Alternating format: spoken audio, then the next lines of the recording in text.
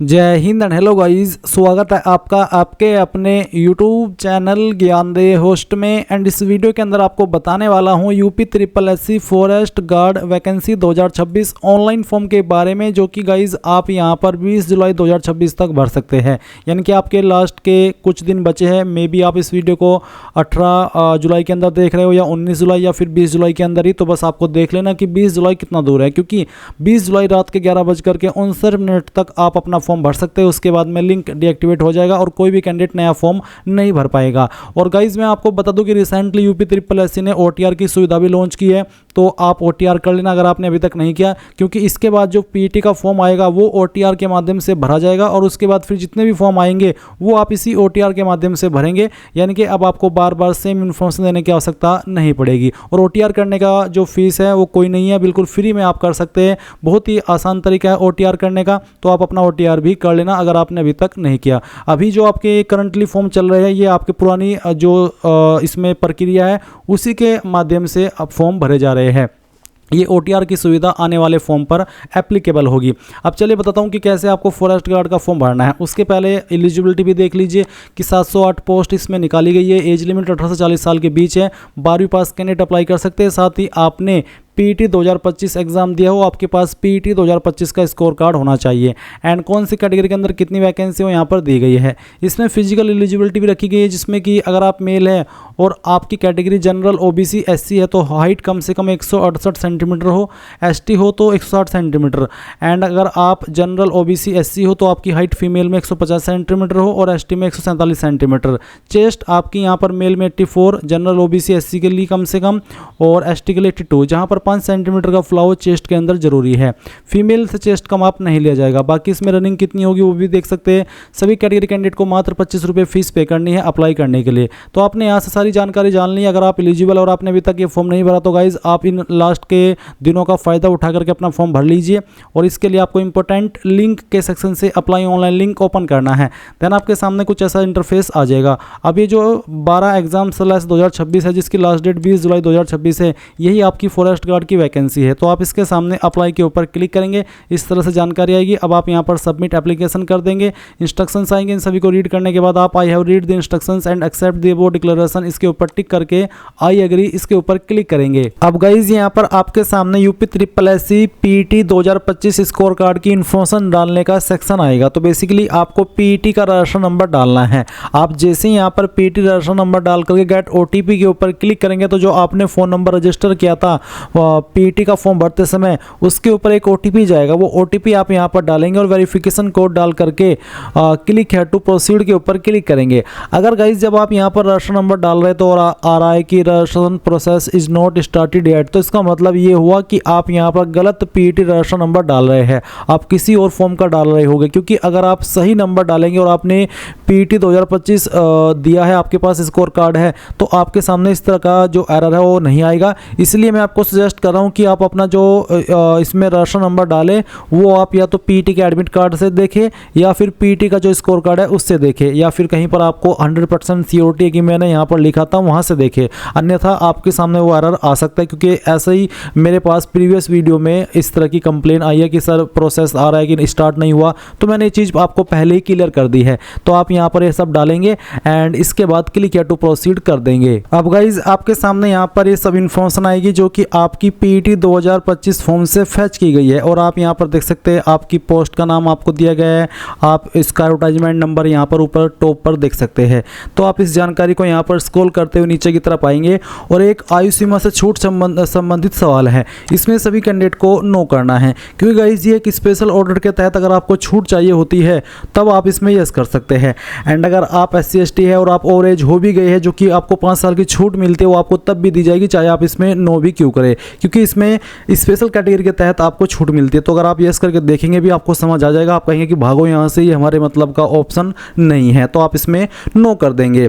इसके बाद सवाल है कि are you a research scholar of the Uttar Pradesh chief minister fellowship programme. अगर आप इसके एक रिसर्च स्कॉलर है तो इसमें यस कर देना, नहीं तो आप यहाँ पर भी नो ही कर देंगे। इसके बाद आपके सामने बेसिक एकेडमिक डिटेल आएगी और फिर नीचे यहाँ पर होगी डिटेल्स ऑफ एसेंशियल क्वालिफिकेशन, जिसमें कि आपको आपकी जो मेन क्वालिफिकेशन है वो बतानी है। जैसे कि यहाँ पर बोला है कि माध्यमिक शिक्षा परिषद उत्तर प्रदेश की इंटरमीडिएट परीक्षा या सरकार द्वारा उसके समकक्ष मान्यता प्राप्त की कोई परीक्षा उत्तीर्ण की हो, यानी कि 12वीं या फिर डिप्लोमा, तो आप एक्वर्ड में यस कर देना कि हाँ मेरे पास ये क्वालिफिकेशन है। उसके बाद में आपको 12वीं का बोर्ड नेम यहाँ पर बताना है, चाहे जो भी आपका बोर्ड है, वैसे ऊपर भी आपने भर रखी होगी आपकी 12वीं की इन्फॉर्मेशन, बट ये आपसे अलग वे में ली जा रही है। फिर आपको बताना है कि किस साल के अंदर आपने आपकी 12वीं पास की है, और उसके बाद में बताना है आपका सर्टिफिकेट नंबर या फिर 12वीं का रोल नंबर। इसके बाद में आपका जो 12वीं का सर्टिफिकेट है, जो मार्कशीट है, वो कब इशू हुई है वो आपको डेट सेलेक्ट करनी होगी।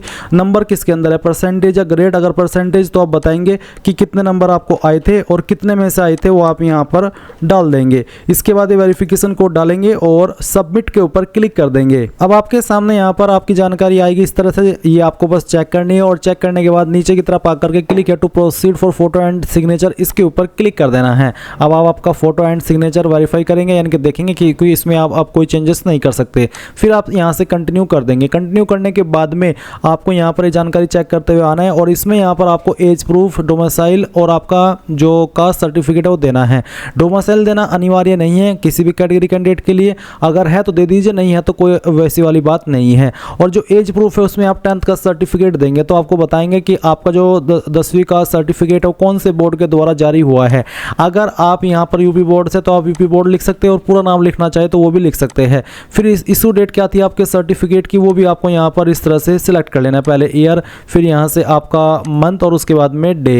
एंड देन गाइज यहाँ पर जो भी सर्टिफिकेट नंबर है आपका 10वीं का, वो आप डालेंगे और अपडेट के ऊपर क्लिक करके अपडेट कर देंगे। इसके बाद आपके सामने यहाँ पर आएगा इसी प्रकार से डोमिसाइल। तो डोमिसाइल का मैंने बता दिया है तो दे दीजिए, नहीं तो आप इसको खाली छोड़ सकते हैं। और caste certificate SC ST OBC को देना अनिवार्य है, तो इसमें आपको कास्ट सर्टिफिकेट कुछ इस तरह का देखने को मिलेगा, जैसे कि आप वीडियो में देख सकते हैं। इसमें यहाँ पर गाइज आपको जो यहाँ पर नीचे की तरफ आएंगे, देखेंगे सक्षम अधिकारी के बाद में लिखा तहसीलदार, यानी कि इसको जो जारी किया है वो किया है तहसीलदार ने। तो इसिंग अथॉरिटी में आपको आपका सर्टिफिकेट देखना है और सक्षम अधिकारी के बाद में जो भी पोस्ट लिखी है वो यहाँ पर लिख देनी है। किस डेट में जारी हुआ है वो डेट आपको जारी दिनांक के सामने देखने को मिल जाएगी, वो डेट आप यहाँ पर इसमें सेलेक्ट कर लेंगे। फिर सर्टिफिकेट नंबर जो कि आपको प्रमाण पत्र क्रमांक के सामने देखने को मिलेगा, तो प्रमाण पत्र क्रमांक के सामने जो भी नंबर लिखा हो यहाँ पर डाल देना और अपडेट के ऊपर क्लिक करके अपडेट कर देना। इसके बाद में गाइज यहाँ पर आपको नीचे प्रेफरेंशियल क्वालिफिकेशन में कुछ सवालों के आंसर करने हैं। जैसे कि यहाँ पर एक सवाल है कि क्या आपने टेरिटोरियल आर्मी के अंदर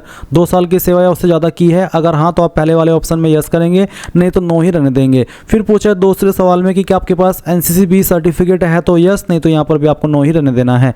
तीसरा सवाल है कि क्या आपके पास सर्टिफिकेट है कंप्यूटर एप्लीकेशन का जो कि रिकॉग्नाइज्ड हो सेंटर या स्टेट गवर्नमेंट के द्वारा, या फिर कोई ऐसी क्वालिफिकेशन जो कि कंप्यूटर से रिलेटेड हो, अगर हाँ तो यस, नहीं तो आप नो करेंगे।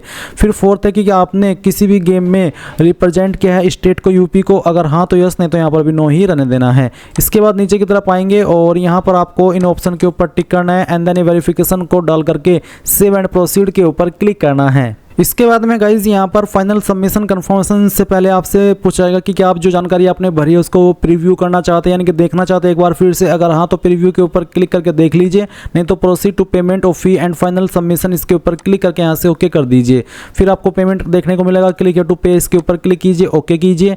एंड देन यहाँ पर गाइज आपको स्टेट बैंक ऑफ इंडिया इसको सेलेक्ट करना है, यहाँ पर टिक करना है और प्रोसीड फॉर फी डिपोजिशन इसके ऊपर क्लिक करके यहाँ से आपको प्रोसीड के ऊपर क्लिक करना है। इसके बाद आपके सामने यहाँ पर पेमेंट करने का विकल्प आ जाएगा। आप आपकी फीस इनमें से जिस माध्यम का इस्तेमाल करके जमा करना चाहे कर सकते हैं, तो कोई भी माध्यम एक सिलेक्ट कर लेना। जैसे कि अगर मैं यहाँ पर इस फॉर्म को भर रहा हूँ, मैं चलिए UPI के माध्यम से सिलेक्ट करता हूँ, तो UPI QR सेलेक्ट करेंगे, पे नाउ के ऊपर क्लिक करेंगे एंड देन QR कोड आपके सामने आएगा, इसको स्कैन करना और जो भी आप यहाँ पर ऐप इस्तेमाल करना चाहते हैं उसका इस्तेमाल करके अपनी फीस पेमेंट कर देना।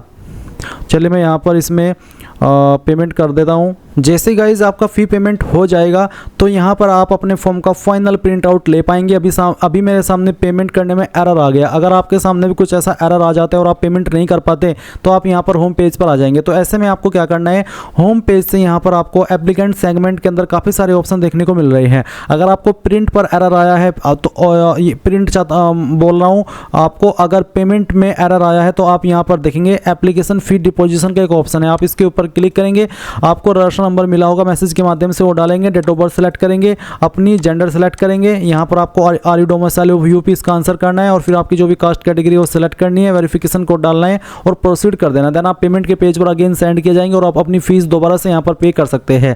अगर फीस पे हो गई है, कट गई है और वो अपडेट नहीं हुई है तो update your transaction ID bye double verification mode, इसके ऊपर क्लिक करेंगे। यहाँ पर ये सब इन्फॉर्मेशन देंगे और वेरिफिकेशन कोड डाल करके जैसे ही प्रोसीड करेंगे तो यहीं पर नीचे की तरफ आपको एक लिंक मिलेगा, जैसे ही आप उसके ऊपर क्लिक कर देंगे तो आपकी फीस अपडेट हो जाएगी।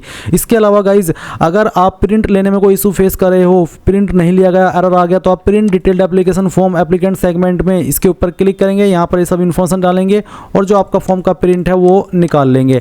एंड अगर फॉर्म के अंदर कोई गलती हो गई है तो आप मॉडिफाई सबमिटेड एप्लीकेशन इसके ऊपर क्लिक करेंगे, ये सब डिटेल डालेंगे और वेरिफिकेशन कोड डाल करके क्लिक है टू प्रोसीड करेंगे। आपके नंबर और ईमेल पर ओटीपी जाएगा। जैसे आप ओटीपी वेरीफाई कर देंगे तो गाइज जो भी इन्फॉर्मेशन अभी आपने फॉर्म भरते समय इसमें भरी थी वो सभी आप एडिट कर सकते हैं कितनी भी बार, और कोई चार्ज भी नहीं देना होगा और आप आपका फॉर्म जो मॉडिफाई है वो कर पाएंगे। तो गाइज इस तरह से आप लोग UPSSC forest guard, wild life guard online form 2026 भर पाएंगे। आई होप ये प्रोसेस आपको पसंद आया होगा। So thanks for watching. जय हिंद।